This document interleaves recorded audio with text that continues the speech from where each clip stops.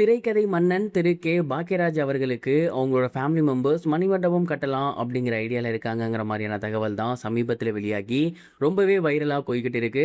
அதை பற்றி தான் இந்த ஒரு வீடியோவில் நம்ம பார்க்க போகிறோம். தமிழ் சினிமாவில் இயக்குனர், நடிகர், வசனம் இது மாதிரி ஏகப்பட்ட விஷயங்களை பண்ணி ரசிகர்கள் மத்தியில் மிகப்பெரிய வரவேற்பு பெற்றவர் தான் இயக்குனர் கே பாக்கியராஜ் அவர்கள். அவரோட நடிப்பில் வெளிவந்திருந்த அத்தனை படங்களுமே ரசிகர்கள் மத்தியில் சூப்பர் டூப்பர் ஹிட் ஆகி இருந்துச்சு. அவரோட கவுண்டராக இருக்கட்டும், டைமிங்காக இருக்கட்டும், இரட்டை அர்த்தம் உள்ள வசன காமெடிகளாக இருக்கட்டும், இது எல்லாமே ரசிகர்கள் மத்தியில் ரொம்பவே ஈஸியாக போய் ரசிகர்கள் மனசில் மிக ஆழமான ஒரு தாக்கத்தை ஏற்படுத்துச்சு அப்படின்னே சொல்லலாம். அப்படியேப்பட்ட பாக்கியராஜ் சார் சமீபத்தில் மாரடைப்பு காரணமாக இறந்து போயிருந்தார். அவர் இறந்ததுக்கு அப்புறம் தொடர்ந்து நிறைய பேர் அவரை பற்றி நிறைய விஷயங்கள் சொல்லி வந்துட்டு இருக்காங்க. அண்ட் அவங்க வீட்டில் பண்ணக்கூடிய ஒரு சில விஷயங்களும் தெரிய வந்துட்டு இருக்கு. அந்த வகையில் சமீபத்தில் தெரிய வந்திருக்கிறது என்ன அப்படின்னா, பாக்கியராஜ் சாருக்காக அவங்களோட ஃபேமிலி மெம்பர்ஸ் மணிமண்டபம் ஒன்று கட்ட போகிறாங்க அப்படிங்கிற மாதிரியான தகவல் தான் கிடைச்சிருக்கு. மேலும் அதில் ஒரு சில முக்கியமான விஷயங்களை பண்ண போகிறாங்களாமா. என்ன அப்படின்னா, பாக்கியராஜ் சார் எம்ஜிஆர் சாரோட அதிதீவிர ஒரு ஃபேன். அதனால் அவருக்கு பண்ண மாதிரியே இவருக்கும் ஒரு மணிமண்டபம் கிட்டத்தட்ட எக்ஸாக்டாக அதே மாதிரி பண்ணலான் இருக்காங்களாமா. உள்ளார பாக்கியராஜ் சாரோட ஃபோட்டோஸ், அவர் இயக்கிய படங்களோட ஸ்டிக்கர்ஸ், அது மட்டும் இல்லாமல் அவருடைய ஃப்ரேம் அப்படின்னு, அண்ட் அதை தாண்டி அவர் மையப்படுத்திய கதாபாத்திரங்களோட ஒரு சில ரிசம்பிள்ஸ் இருக்கும் இல்லையா, அதெல்லாம் வைக்கிறது.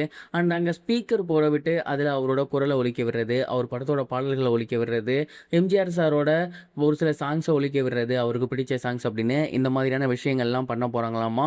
அண்ட் இதற்காக இப்போதைக்கு அவங்க இடம் பார்த்துட்டு இருக்காங்களாமா.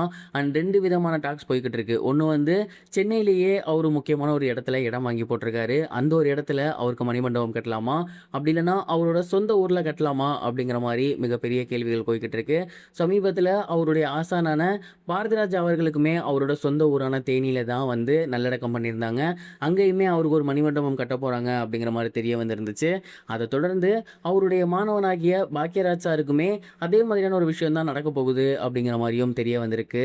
என்னை பொறுத்தவரை இந்த ஒரு விஷயத்துக்கு அவங்களோட ஃபேமிலி மெம்பர்ஸ் இனிஷியலாக ஸ்டெப் எடுக்கிறாரு அப்படிங்கிறத விட தமிழக இயக்குனர் சங்கம் வந்து கண்டிப்பாக இதற்கு ஒரு ஸ்டெப் எடுக்கணும்.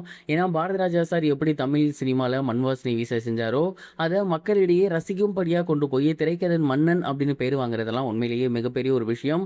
ஸோ அப்படியாப்பட்ட ஒருத்தருக்கு, சினிமாவுக்கு நிறைய பண்ண ஒருத்தருக்கு சினிமா திருப்பி பண்ணணும் அப்படின்னா அது இந்த ஒரு விஷயமா தான் இருக்கும். அதுதான் கரெக்டாகவும் இருக்கும்.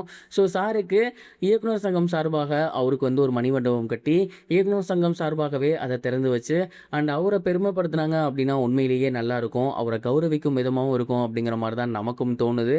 அண்ட் இந்த ஒரு விஷயம் கண்டிப்பாக சோசியல் மீடியாவில் வைரலாக போகும். அதை பார்த்துட்டு இயக்குனர் சங்கம் ஏதாவது முடிவெடுக்கிறாங்களா அப்படின்னு பொறுத்திருந்து தான் பார்க்கணும். நீங்கள் இதை பற்றி நினைக்கிறீங்க? மறக்காமல் கமெண்ட் பாக்ஸில் ஷேர் பண்ணுங்கள். இது வரைக்கும் கனெக்டிங் டிவிக்கு சப்ஸ்கிரைப் பண்ணனா மறக்காமல் சப்ஸ்கிரைப் பண்ணிக்கங்க. உடனடி அப்டேட்ஸ் பெறுவதற்கு நோட்டிஃபிகேஷன் பெல்லையும் கிளிக் பண்ணிக்கங்க.